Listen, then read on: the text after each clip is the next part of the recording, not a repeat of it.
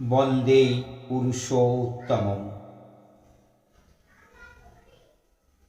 যেমন তাঁকে দেখি। পর্ব 6। ও কি মায়ের মুখ কালিমাচ্ছন্ন, বেদনার গ্লানিমার ঘুমটা জালে ঢাকা পড়েছে সদানন্দময় বদনখানি। দুর্দিনের দুর্ভেদ্য কাঠিন্য পরাভূত হয়েছে তাঁর কাছে। কিন্তু আজ বুঝি তার করাল দ্রংষ্টা মুখ ব্যাদান করেছে। নদীর পাড়ে ফাটল ধরেছে, তার ভাঙ্গন কি রুখবে কে? শাশুড়ির সম্পত্তি দেখে এসে শেষ পর্যন্ত ঠিকাদারি ছেড়ে দিতে হয়েছে শিবচন্দ্রকে। নিজের অর্থ সম্পদ যা ছিল, শাশুড়ির সম্পত্তি উদ্ধার করবার জন্যে সমস্তই ব্যয় করেছেন। জমি জমাও তাও সব উদ্ধার হয়নি, অধিকাংশই এখন বেহাতি। সংসার চালানো পথই একরকম নিরুদ্ধ পায়। তাতে শিবচন্দ্র এখন অসুস্থ, শয্যাগত। নৈরাশ্যে মুষড়ে পড়েছেন মনোমোহিনী। এ কি মায়ের এই মুখ? না মা, তোর ভয় নেই, ভয় নেই। রুগ্ন স্বামী শয্যাশায়ী, উপার্জন কানাকড়িটিও নেই, চিকিৎসা চলে না, পথ্য বন্ধ হয়, তবু ভয় নেই? না মা, ভয় কিসে? তুই ভয় করিস নে। অনুকূলচন্দ্র আশ্বাস দিচ্ছে মাকে। এই ভেঙে পড়াকে ধারণ করবে কে? কেন ধারণ করবেন তিনি, যিনি ধরে আছেন তার সৃষ্টিকে? উদ্ধৃত করে রাখবেন সেই পরম বিধাত্রী পুরুষ। কালের প্রতি সামলাবেন কালকে, গতির ভর্তাতেই তুলে ধরবেন অগতিকে। অনুকূলচন্দ্র ভরসা দিচ্ছে মাকে, দিতে পারে বলেই দিচ্ছে। তুই ভয় করিস নে মা, আমি তো আছি। এত দুঃখ হেসে ফেললেন মনোমোহিনী। অতটুকু ছেলে বলছে কি তোর ভয় নেই, আমি আছি। ওরে, পয়সা না হলে ঔষধ দেবে কে? পয়সা না হলে পথ্য আসবে কোত্থেকে? কেন কেন মা, এই এক কাজ কর, তুই মুড়ি ভেজে দে, আমি বেচি। তুই খুব ভেজে দে, আমি খুব করে বেচি। ঔষধ তো ঔষধ, টাকা জমিয়ে দেব, দেখবি তোকে। দেখিস তোর কত টাকা হয়। উফ, এ কোথা থেকে কোথায় পতন! এত বড় ঘরের ছেলে এখন কি! এ কি পতন, না লীলারসে আস্বাদন? জীবনের সংগ্রহশালায় বিচিত্র অভিজ্ঞতার অকুণ্ঠ সঞ্চয়ন। যে সকল বৈশিষ্ট্যের ঊর্ধ্বে লোকতারুণী তার বিশেষত্ব। তার ঘর পর দুই সমান, তার কাছে সুখ সূক্ষ্ম নেই। অভাবের মধ্যেও তার ভাব। তার ভাবে ভাবে থাকো, অভাব তোমার করবে কি? মা পরম পিতাকে খুব করে ডাক, তাকে ডাক আর চেষ্টা কর। মা গো, তাকে ডাক আর চেষ্টা কর।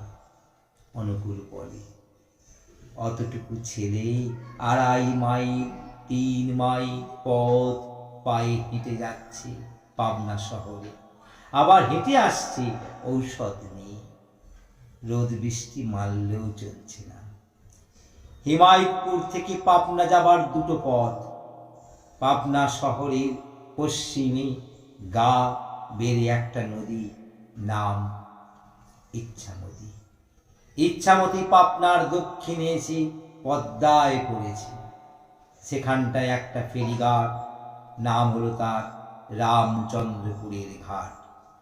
কেউ বলে দেওয়ানগঞ্জের ঘাট, আর কেউ বলে ফেরিঘাট। হলো উজান পাবনা বাজারের কাছাকাছি। এটা হলো রাধানগরীর ঘাট। পাবনা থেকে হিমায়তপুর যাবার একটা পথ হলো রাজশাহী সড়ক। রাধানগরীর খেয়াঘাট থেকে পৈলানপুর, গোবিন্দা, ছাতনি, হিমায়তপুর, নাজিরপুর হয়ে যা চলে গিয়েছে রাজশাহী পর্যন্ত। ছাতনি, হিমায়তপুর, নাজিরপুরের দক্ষিণ ঘেঁষে পদ্মার একটা ছোট্ট জোড়া নদী বাঙর। বর্ষার সময় একটা ঠাট হয়, অন্য সময় কোনো গতিকে তনু বাঁচিয়ে চলে। হাঁটুর উপর কাপড় তুলে হেঁটে পার হয় তখন লোকে। হিমায়তপুর থেকে নাজিরপুর হয়ে বাঙর পেরিয়ে প্রতাপপুর মাঝিপাড়ার ভিতর দিয়ে দেয়ানগঞ্জের খেয়া পার হয়ে পাবনায় ঢুকবার দ্বিতীয় পথ। অনুকূলচন্দ্র দু রাস্তাতেই যায়, কখনো বাঙর পেরিয়ে, কখনো রাজশাহী সড়ক ধরে। একদিন খেয়া নৌকায় ছাতাটা গেল খোয়া। একটাই ছাতা, তাও গেল। মনে একটুকু কষ্ট লাগে বই কি মায়ের জন্য।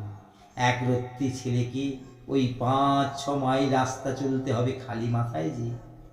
মনের কথা বুঝতে পারলো ছেলে। মা, তুই একটু ভাবিস নে, আমার ছাতা লাগবে না, ছাতা ছাড়াই আমি যেতে পারবো। মায়ের কষ্ট না হয় সে হলো তার বড় ভাবনা। একদিকে কাশীপুর পাঠশালা শেষ করে ভবানী মাস্টারে হাত হয়ে ভর্তি হয়েছে এসে হাই স্কুলে। কুমারখালী থেকে গোপাল লাহিড়ী মশাই পাবনায় এসে নূতন হাই স্কুল খুলেছেন, নাম দিয়েছেন পাবনা ইনস্টিটিউশন। অনুকূলচন্দ্র পড়ছে সেই পাবনা ইনস্টিটিউশন। স্নান খাওয়া সেরে সকাল সকাল বেরিয়ে পড়তে হয়। পরীক্ষা ইত্যাদির সময় হাতে একটু সময় রেখেই যেতে হয়। কিন্তু এই অবস্থা সব সময় কি তা হয়ে ওঠে? যে নানান ঝঞ্ঝাটের সংসার। আজও যে দেরি হয়ে গেল। সেদিন ছিল অঙ্কের পরীক্ষা। মা বললেন, এত দেরিতে যাচ্ছিস, আজ তুই অঙ্কের পরীক্ষা মোটেই পারবি না। স্কুলে এসে দেখলে তত দেরি হয়নি। পরীক্ষা দিতে বসলো অনুকূলচন্দ্র, কিন্তু খাতা কলম সামনে নিয়ে বসেই আছে, লিখছে না কিছু। বসে বসে শুধু কাঁদছে। ও কি রে, তুই কাঁদছিস কেন? তোর হয়েছে কি? কোশ্চেন হাতে করে কাঁদছিস?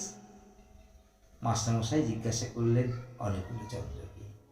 ছেলেরা যে যা পারে লিখে চলেছে, আর এই প্রশ্নপত্র হাতে করে কাঁদছে। পারে না নাকি একটাও? কিরে, পারিস নে? আগে পারতাম তো, কিন্তু এখন আর পারিনি। পারলে যে মার কথা মিথ্যে হয়ে যায়। আমার মা বলেছেন আজ আমি অঙ্কের পরীক্ষা পারবো না। আমি যদি উত্তর করি তবে মা আমার যে মিথ্যাবাদী হন। অদ্ভুত কথা। মাস্টার মশাইরা সব অবাক, গোপাল বাবু অবাক। পরীক্ষা কিসে? মাই তো সকলের আগে। অঙ্ক পাড়ার বোধটা এখন ঠিক নয়, না পাড়ার বোধটাই এখন ঠিক। পারে না তাই কাঁদছে। মাতৃভক্তির একই পরাকাষ্ঠা। এ তো ভূষণ নয়, এ তার ভাবমূর্তি। আঙ্গিক নয় কো, অঙ্গ। তার বাহির নয়, তার ভিতর। ভক্তি শিকরের জাজ্জল্যমান রজত শুভ্রতা। মায়ের কথা মিথ্যে হতে দেবে কেমন করে? মায়ের কথার সঙ্গে সমতান হয়েছে তার সমগ্র সত্তা। ও যে তার সত্তা প্রসবিনী, জননী। মা চেয়েছিলেন তাই পেয়েছেন, তাই মায়ের প্রতি এত টান। মাই তো টেনে নিয়েছেন তাকে তিনিই তো এনেছেন।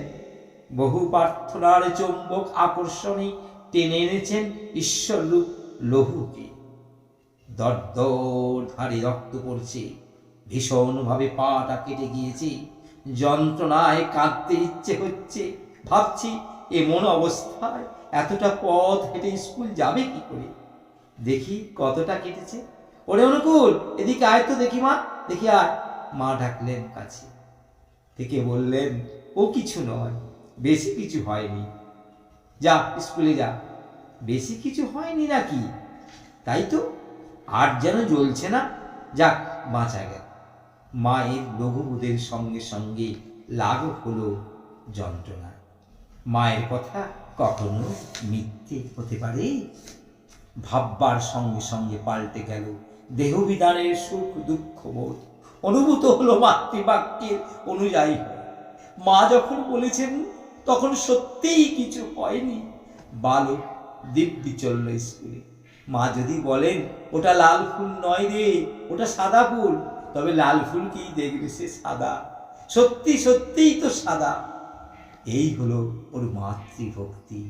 মার ভাবনা কখনো কি মিথ্যে হয়? মা যেমন ভাবেন ও তেমন হয়। স্বয়ং ভাববতী ছাড়া এ ভক্তি কি আর কারোতে সম্ভব? ভগবান হলেন ভক্তির শ্রেষ্ঠ আহার। তিনি একাধারে তিন, ভগবান, ভক্ত এবং ভাগবত। মা সোহাগ করেন আবার শাসনও করেন। মাসের কঞ্চি হাতে পিছু ধা করেছেন একদিন। ছেলের নাম নালিশ শুনে বিরক্ত হয়েছে ভীষণ। দুঘা না কষে আর পারছেন না। টাটা করছে ভর দুপুরের রোদ। পিছনে পিছনে ছুটছেন মা। আগে আগে দৌড়চ্ছে ছেলে, দৌড়ায় আবার পিছন পানে যায়। মার দৃঢ় গোষ্ঠীতে কঞ্চি পাচন লক লক করছে। দাঁড়া, দেখাচ্ছি, একবার নাগালে পাই তোকে। কিন্তু নাগালে কি আর পাওয়া যায়? কমল কমল গৌর সুন্দর দৌড়ে দৌড়ে পালিয়ে যায়। বলি, গৌর সুন্দর না শ্যাম সুন্দর? গৌর সুন্দর শ্যাম সুন্দর এক, সর্বরঙ্গেই সমষ্টি গৌর, আর তার নির্বিকার অবস্থায় শ্যাম। শ্যাম থেকে গৌর, গৌর থেকে শ্যাম। কালাচাঁদকে বাঁধতে যাচ্ছেন যশোদা, কিন্তু যতবার বাঁধতে যান দেখেন দড়িটি 2 আঙুল ছোট। যত রজ্জু সংগ্রহ করেন সবই দেখেন 2 আঙুল ছোট। ছেলে বাঁধবার মতো দড়ি আর খুঁজে পেলেন না মা। হাঁপিয়ে উঠলেন যশোদা। দেহ দিয়ে ঘাম বইতে লাগলো। করবীর মালা বিস্ত্রস্ত হয়ে পড়ল। বালক কৃষ্ণ দেখলে কি সর্বনাশ! মায়ের এই অবস্থা, নিজের ইচ্ছায় তা বাঁধা পড়ল মায়ের হাতে। অনুকূলচন্দ্র দেখল মায়ের হয়েছে সেই অবস্থা। রোদে দৌড়ে হাঁপাচ্ছেন মা, আর সে ঝরছে ঝরঝর করে। মায়ের দিকে তাকিয়ে বড় কষ্ট হলো মনে। আহা, আর নয়, মাকে আর কষ্ট দেয়া যায় না। মাকে খাবার জন্য আর ধরা দিতেই হবে মায়ের হাতে। মায়ের কষ্ট সইব কেমন করে, মন থেকে বলে ওঠে। আর এ কি শুধু মায়ের বেলাতেই? সকলের বেলাতেই। তার জন্য দৌড়ে দৌড়ে যখন ঘাম ছোটে তখনই তিনি ধরা দেন। আপনা থেকে বন্ধন গ্রহণ করেন করুণা করে। নিজের বলে তাকে আয়ত্ত করবে কে? তিনি তো কারো অধীর নন, তিনি অধীর হলেন তার ভৃত্যে। বন্দে পুরুষোত্তমম, বন্দে পুরুষোত্তমম, বন্দে পুরুষোত্তমম।